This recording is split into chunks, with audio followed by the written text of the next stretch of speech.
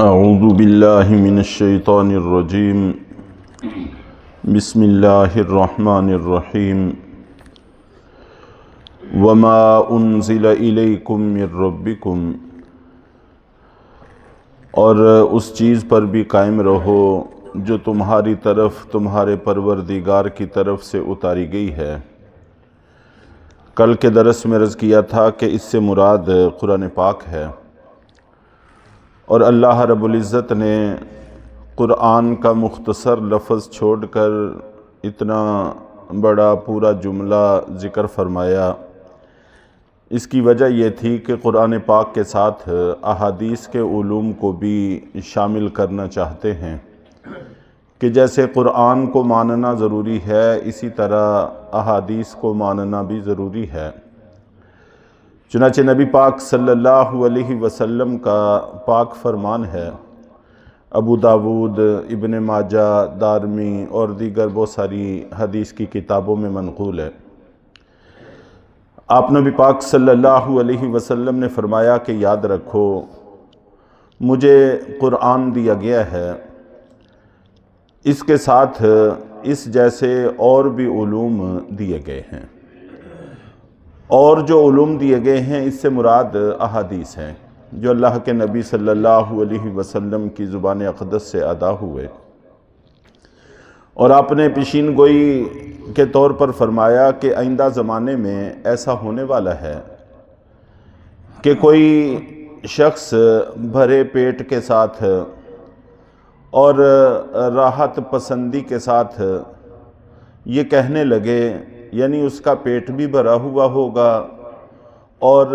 راحت پسند بھی ہوگا، سکون طلب ہوگا، تو یہ کہنے لگے گا کہ تم کو صرف قرآن کافی ہے، جو اس میں حلال ہے بس اس کو حلال سمجھو، اور جو اس میں حرام ہے اس کو حرام سمجھو۔ اس کے بعد اللہ کے نبی صلی اللہ علیہ وسلم نے فرمایا، حالانکہ رسول جس چیز کو حرام قرار دے دے وہ بھی ویسے ہی حرام ہے جیسا کہ وہ چیز حرام ہے جس کو اللہ حرام قرار دے۔ یعنی اگر کسی چیز کی حرمت قرآن پاک سے ثابت ہے تو اس کو حرام ماننا ضروری ہے، اسی طرح اگر کسی چیز کی حرمت احادیث سے ثابت ہو جائے تو اس کو حرام ماننا بھی ضروری ہے۔ اور یہی صورتحال حلت کے بارے میں ہے، یعنی اللہ کے نبی صلی اللہ علیہ وسلم نے پیشین گوئی فرمائی کہ آئندہ زمانے میں ایک ایسا طبقہ ہوگا جو احادیث کا انکار کرے گا، اور بظاہر عنوان بڑا خوبصورت اختیار کرے گا کہ ہم قرآن والے ہیں، ہمیں اللہ کا قرآن کافی ہے، اپنے آپ کو اہل قرآن کہلائیں گے، تو جس سے عام لوگ دھوکے میں پڑ سکتے ہیں۔ اور ایسے لوگ دو قسم کے ہوئے ہیں جنہوں نے حدیث کا انکار کیا، اور ہم ان کو منکرین حدیث کے عنوان سے تعبیر کرتے ہیں۔ ایک طبقہ تو وہ ہے کہ جنہوں نے بے باکی سے کام لیا، بے ادبی اور گستاخی کا راستہ اختیار کیا۔ یہ وہ لوگ ہیں جو سرے سے حدیث کے حجت اور دلیل ہونے کا انکار کر دیتے ہیں اور کہتے ہیں کہ ہمیں قرآن کافی ہے، ہم حدیث کو نہیں مانتے، اور خدا نخواستہ اس قسم کے الفاظ بھی اپنی زبان سے کہنے لگتے ہیں کہ اللہ کے نبی صلی اللہ علیہ وسلم کی ذمہ داری صرف اتنی تھی کہ اللہ کا قرآن اللہ کے بندوں تک پہنچا دیا، تو آپ کی حیثیت صرف ایک قاصد کی حیثیت ہے، نعوذ باللہ من ذالک، اس قسم کے جملے کہتے ہیں۔ اور یہ بھی کہتے ہیں کہ جیسے عام قاصد ڈاکیا، اس کی ذمہ داری خط پہنچانا ہے، وہ خط پہنچا کر واپس چلا جاتا ہے، خط پڑھ کے سنانا، اس کی تشریحات کرنا، اس کی وضاحت کرنا، یہ اس کے دائرہ اختیار سے باہر ہے، یہ اس کے لیے درست نہیں ہے۔ بس ہم خود سمجھیں گے، ہم خود دیکھیں گے کہ اس میں کیا لکھا ہے اور ہمیں اس پر کیسے عمل کرنا ہے، یہ کام ہمارا ہے، اللہ کے نبی کا یہ کام نہیں ہے۔ یہ وہ لوگ ہیں جو سرے سے حدیث کے حجت ہونے کا انکار کرتے ہیں اور اس انکار کے لیے بے ادبی کا راستہ اختیار کرتے ہیں، اور دوسرا طبقہ وہ بھی انہی کا حصہ ہے، لیکن وہ مکاری کا راستہ اختیار کرتے ہیں۔ وہ یہ کہتے ہیں کہ ہم حدیث کو حجت تو مانتے ہیں، دلیل تو مانتے ہیں، لیکن افسوس یہ ہے کہ حدیث محفوظ نہیں رہ سکی۔ یہ جو کچھ کتابوں میں لکھا ہوا ہے یہ اللہ کے نبی صلی اللہ علیہ وسلم کے فرمان نہیں ہے، بلکہ عجمی لوگ، فارسی لوگ، دوسری زبانوں سے تعلق رکھنے والے لوگ،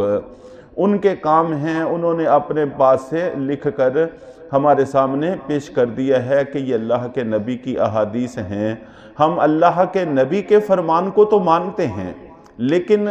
جو کچھ کتابوں میں لکھا ہوا ہے یہ اللہ کے نبی کے فرمان ہی نہیں ہیں۔ تو یہ مکاری کا راستہ اختیار کرتے ہیں، چالاکی کا راستہ اختیار کرتے ہیں۔ مقصد دونوں کا ایک ہے کہ حدیث کی شکل میں جو کچھ ہمارے پاس پہنچا ہے ہم اس کو نہیں مانتے، اور عنوان دونوں کا تھوڑا مختلف ہے، اور پھر مثالوں سے، تشبیہات سے لوگوں کو گمراہ کرنے کی کوشش کرتے ہیں۔ مثال کے طور پر 10 آدمیوں کو بٹھا لیں گے اور ان میں سے ایک آدمی کو کوئی بات کہیں گے، یہ جملہ ہے، تم نے اس کو کہنا ہے، وہ آگے والے کو بتائے گا، وہ آگے والے کو بتائے گا۔ تو جب 10ویں تک پہنچیں گے تو بات کا بتنگڑ بن چکا ہوگا، بات بالکل بدل چکی ہوگی، کچھ اور ہی بن جائے گا۔ تو اس طرح کے چند غیر ذمہ دار لوگوں کو بٹھا کر بسا اوقات عملی نمونہ بھی دکھا دیتے ہیں، اور واقع میں ہوتا بھی ایسے ہی ہے۔ لیکن ظاہر ہے کہ حدیث کا معاملہ اس سے یکسر مختلف ہے۔ اگر مثال سے اس بات کو سمجھنے کی کوشش کی جائے تو تب بھی کوئی مسئلہ نہیں ہے۔ مثال کے طور پر 10 منتخب قسم کے آدمی لیے جائیں اور ان میں سے ہر کسی کو کہا جائے کہ جو بندہ اس بات کو، اس جملے کو بعینی ہی آگے منتقل کر دے گا اس کو نقد 10 کروڑ روپیہ دیا جائے گا۔ تو وہ آدمی ذہین بھی ہوں، سمجھدار بھی ہوں، پڑھے لکھے بھی ہوں، اور ان کو دنیا کی قدر کا پتہ بھی ہو۔ ایسے 10 آدمی نہیں، 100 آدمی بھی بٹھا دیے جائیں اور ان کے سامنے 10 کروڑ کی گٹیاں پیسوں کی رکھ بھی دی جائیں، اور پھر کہا جائے کہ جو بھی اپنی ذمہ داری صحیح نبھا دے گا اس کو یہ 10 کروڑ اٹھا کے اس کے حوالے کر دیا جائے گا۔ تو پھر دیکھتے ہیں کہ آیا بات میں کوئی فرق آتا ہے؟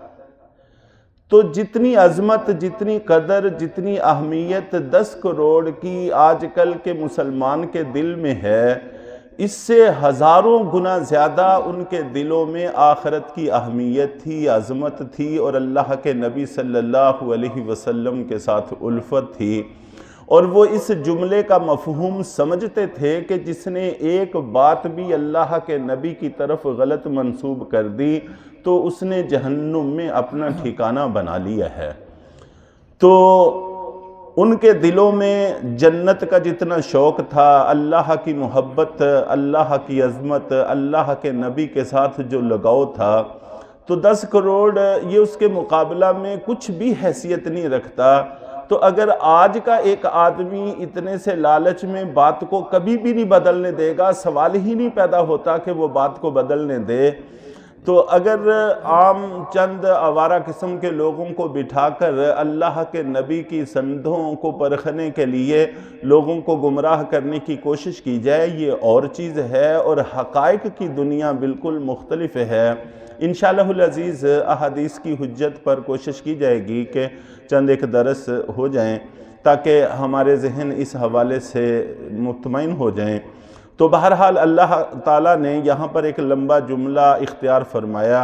اور اس کا مقصد یہ تھا کہ جیسے قرآن حجت ہے اسی طرح حدیث بھی اللہ کی طرف سے نازل کی گئی ہے، منزل من اللہ ہے، تو یہ بھی حجت ہے۔ اگر قرآن کا انکار کرو گے تو یہ گمراہی ہے، تو حدیث کا انکار کیا جائے گا تو یہ بھی ویسی ہی گمراہی ہے۔ ما انزل الیک من ربک طغیانا و کفرا، اور جو کچھ اے پیغمبر آپ پہ اتارا گیا ہے ان میں سے بہت سارے لوگوں کو سرکشی اور کفر میں زیادہ کر دے گا۔ اللہ تعالی ہم سب کو ہدایت پر قائم رہنے کی توفیق